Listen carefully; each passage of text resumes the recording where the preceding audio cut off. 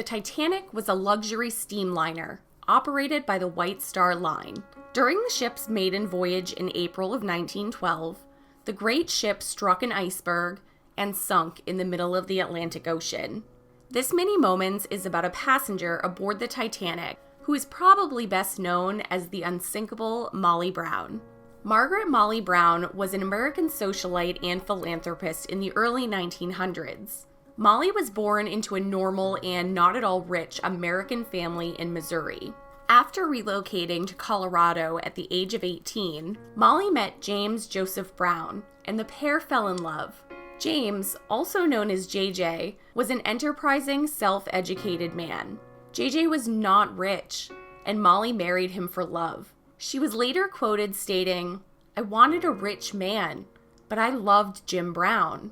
I thought about how I wanted comfort for my father and how I had determined to stay single until a man presented himself who could give to the tired old man the things I had longed for him.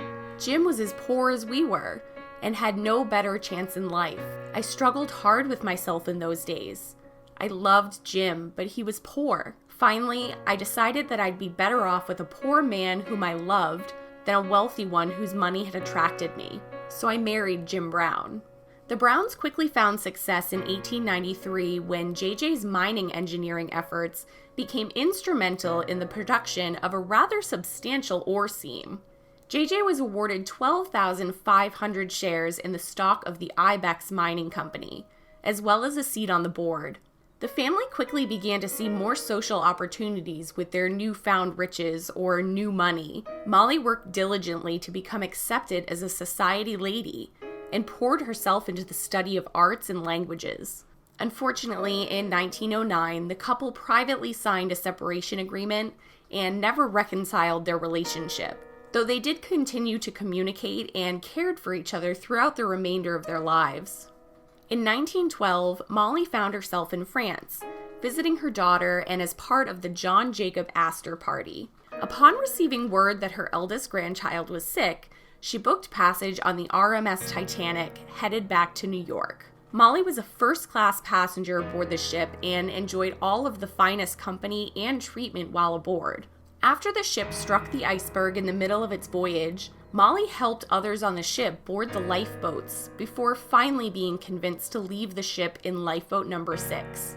While on the lifeboat, Molly was distressed at how woefully empty the lifeboats were and urged the fellow members of her lifeboat to go back to the wreckage to help survivors. Molly was outvoted due to the others on the boat being fearful that if they went back, their boat would become swamped and they too would perish. Due to Molly's efforts to help the survivors of the Titanic, she would later become known as the Unsinkable Molly Brown.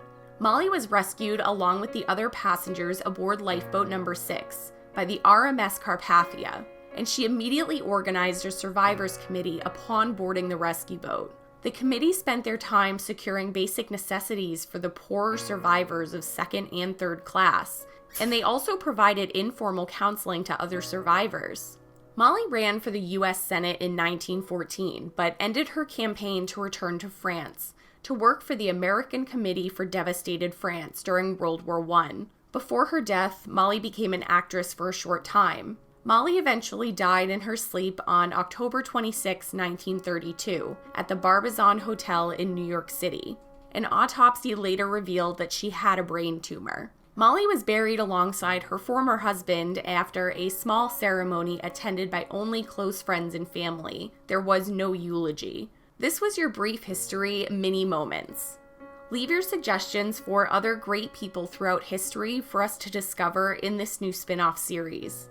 Don't forget to like and subscribe, and I'll see you next time.